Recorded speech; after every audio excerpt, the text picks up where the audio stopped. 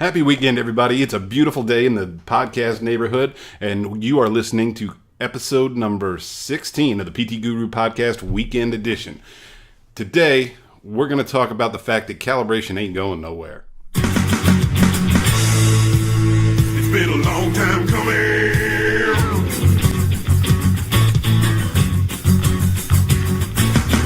6 days a week and 10 hours shift. What about the OT? Well, it ain't worth this.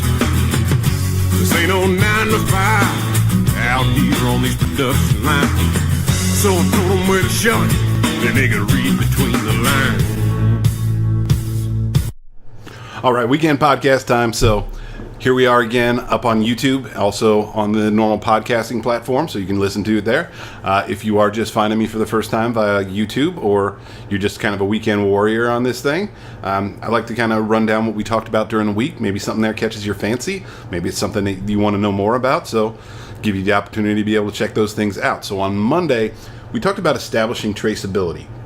And in this particular case, we looked at it from the idea of auditing for traceability. If you're not using a 17025 accredited lab, or you're not paying for 17025 accredited certificates, how are we going to go about proving that actual measurement is traceable? So we kind of talked about some of that. On Tuesday, we talked about legal metrology, whole nother part of the universe that so few people are actually, even in the calibration world, are intimately familiar with, for legal metrology. And it really shows where calibration metrology really touch everybody's lives on a daily basis, so much more than you even realize. If you start looking around for some of these little hints of traceability, you'll be amazed. Wednesday, we talked about load cells and the changes to ASTM E74 2018 edition. New stuff there. And remember too, if you're in the sort of testing type of industries and you deal with compression machines or tensile testers, those sorts of things, some of these things from E74 are going to sort down to affect you as well. Then on Thursday, Quality Toolkit Thursday, we talked about CAPA, corrective and preventative action. It's a program kind of born out of the FDA world, but it's been adopted a lot of other places to take things to just a little bit deeper level with corrective action type situations. And then on Friday, we talked about accredited certificates. How do you know that you're actually getting an accredited certificate? It's easy once you know what to look for, and that's what we talked about on Friday, is the things to look for to know that that's what you're actually receiving. Give you some tips on how to figure that out, and with a little bit of trial and error, you'll be a pro at it in no time, I promise you. So let's get right down to our content. And today, what we're going to talk about for the weekend here is the fact that calibration is not going away. This is something that's reared its ugly head every now and again, and so figured I'd talk about it. Heard some people talking about some stuff with this recently, and it just had to set them straight.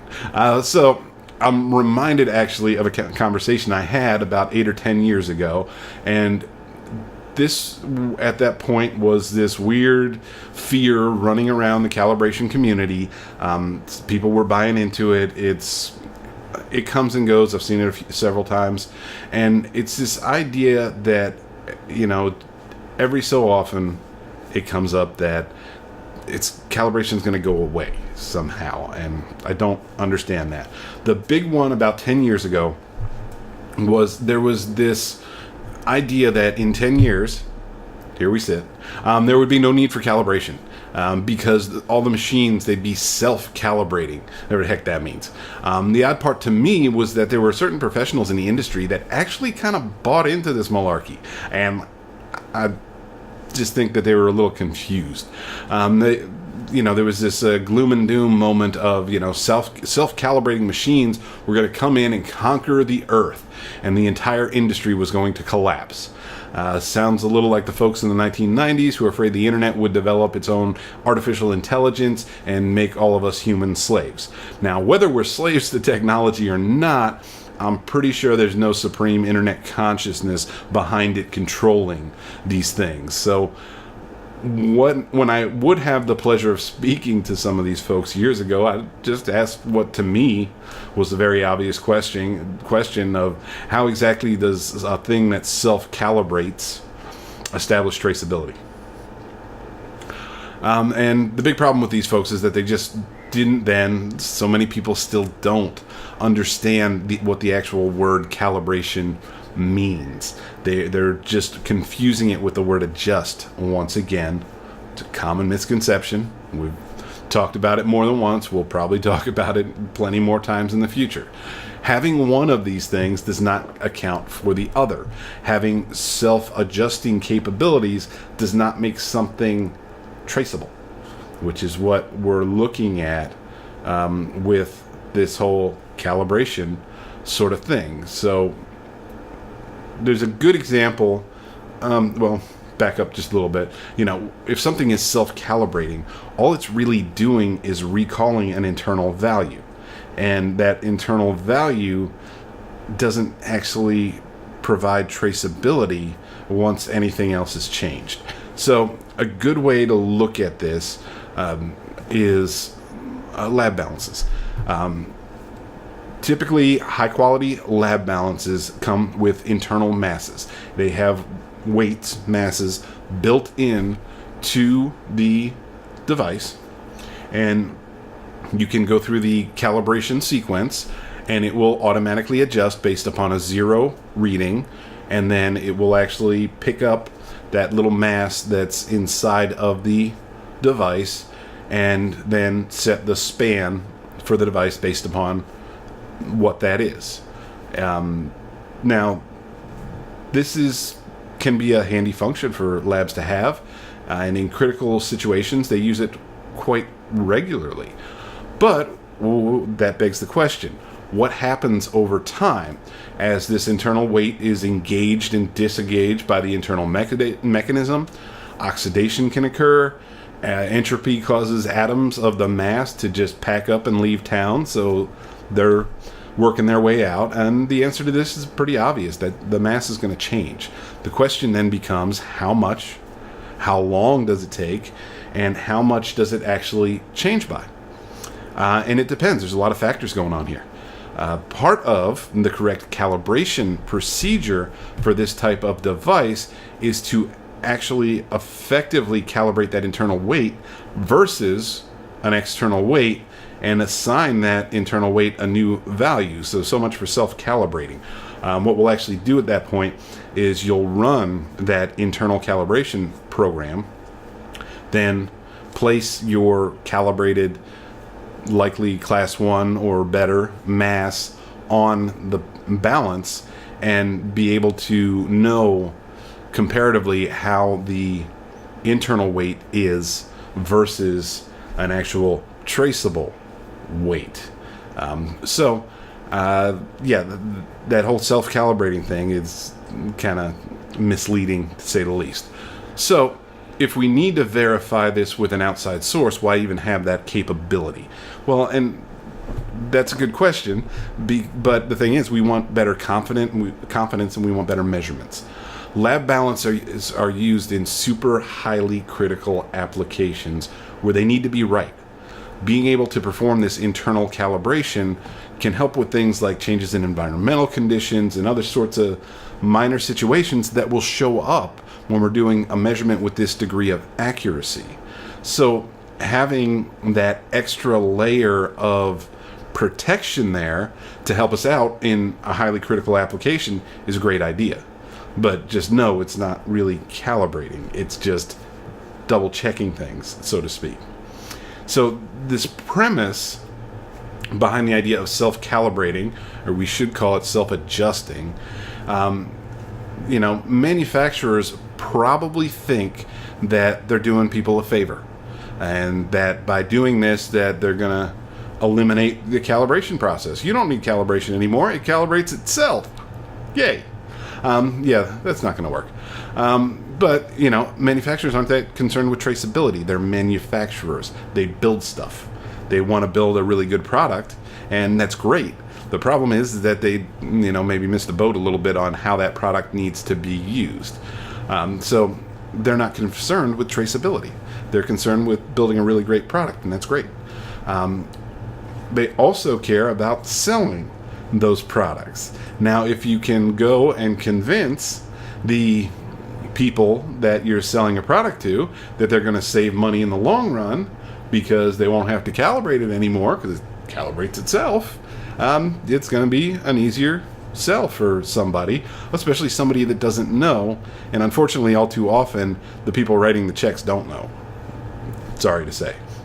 And at that point, that lack of traceability to the International System of Units is not going to fly well in any form of quality audit or assessment. Just like in this example with our scale, our assessor is going to be looking for documented traceability of the measurements. And when you answer, I push a button and it does it itself, ain't gonna fly. So the reality, though, of the future in calibration from a manufacturing standpoint is that things are really changing, and they're changing fast and in some really great ways. The reality is, 10 years after that prediction, the concept of external calibration has not changed at all. Still pretty much the same it was. The only thing that's really changed is people are trying to be smarter about things because, in a lot of cases, money's tighter today. People are trying to do more with less, and so I don't blame them. I suggest, I've got a whole podcast before about telling people, you know what? Look at your systems and decide what you really need to change. Now, what has changed dramatically is the quality of the measurements that we're doing on a daily basis. They're getting better every single day. Things are really moving at an incredible pace. And this is great because it helps us build better products. It also helps to drive down cost where maybe we don't require that same level of accuracy. Maybe we can get by with something a little cheaper, a little less perfect than we want it to be, and save a little money there, and therefore drive down the cost of a good where it doesn't need to be at that same level. The other really huge thing that's happening, and it's happening kind of quietly, and most folks don't even realize that it's happening because you're not going to really see any direct changes to things, is that the International System of Units is being redefined. It's happening now. It has happened effectively. And this is a really big deal. Really, really big deal. As the SI is working to remove the last real artifact from its ranks, all the big 7 SI units are going to be based on experiments.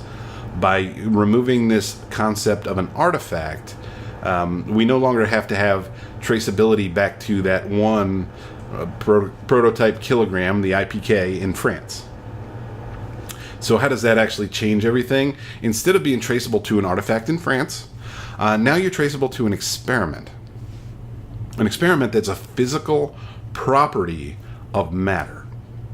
This means that if you want to realize the kilogram, you got the cash, you got the knowledge, you got the right folks around you, you could build your own watt balance. You could, or kibble balance is what we're calling them now, for somebody that did a lot of work on them named Kibble, and realize that ultimate traceability of the kilogram. And you can do so without NIST, without any other NMI, without the BIPM. You can realize the kilogram on your own. I mean, heck, NIST even has instructions on their website to build a watt balance out of Legos. Now, it's not going to give you the accuracy, so don't think that you're going to create a primary kilogram standard using a Lego watt balance, but it can be done, and I foresee it happening in the not too distant future, which is kind of cool. What does this have to do with industry? I'm just rattling off all this stuff, and it's like, okay, what's this got to do with me? Well, it's got everything to do with industry, because as we can bring these top levels of traceability closer and closer to the end user and have less layers in between, it makes a better measurement down at that final production sort of level. Because we're not dealing with inherited uncertainty components from each one of those different levels. When we have a large number of levels, each level has an associated uncertainty component. When we go to the next level, that uncertainty never gets smaller than the level before it. It's always going to grow. So by having less levels, smaller uncertainty, more accurate stuff in general. So that's pretty cool stuff. Let's think about that lab scale, that balance that we calibrated earlier. The scale gets its traceability from the Cal lab. You call them in, they bring their weights, and they cal your scale.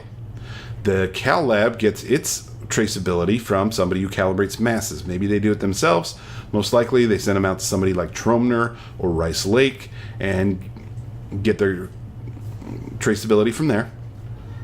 Tromner and Rice Lake get their traceability from NIST. NIST gets its traceability from the BIPM, and then round robin comparisons, some other things going on there as well. And the thing is, too, this doesn't sound like that many layers. However, within Tromner and Rice Lake, they are not using the masses that they send to NIST to calibrate the Cal Lab's masses. They have sets in between these things happening. They want to preserve the quality of the measurements on that pristine set at the highest level.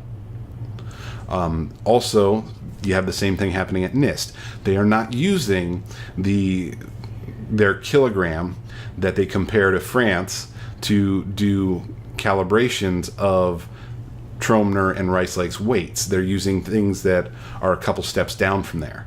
So in this sort of case, there could easily be 10 or more layers of measurement between the IPK in France, the International Prototype Kilogram, and by the time you get down to your balance.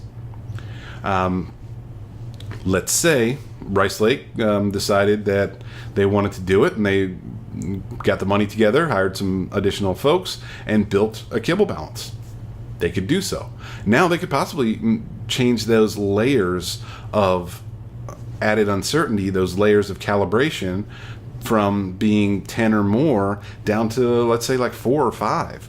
It's half the amount of added uncertainties being brought into the picture. And that would be really impressive. So as you can see, the need for external traceability is not going anywhere. That's going to be there for a very, very, very long time. And in fact, as we get to using these better and better measurements, as the SI gets closer and closer to production level, it's actually going to most likely make it more critical, because at this point, you're going to be able to make better measurements at the production level. Since you can make better measurements at the production level, engineers are going to start working on tighter tolerances and less slop in the whole process. And it's just going to be a whole circle where you're going to need more and better and better and more. So that's kind of the state of the world of calibration and where it's going, where we're all going with it. I hope you enjoyed. If you're a regular listener to the podcast, you could do me a huge, huge favor. Swing over to iTunes. Leave me a rating on there. If you listen elsewhere, SoundCloud, any of the other platforms, or even right here on YouTube, throw me a like on here. I really, really appreciate it. You know, your attention means the world to me. You guys spending some time with me on a regular basis means the world to me. I thank you so much. I hope you have an absolutely wonderful weekend, and I'm going to talk to you again on Monday. Thanks.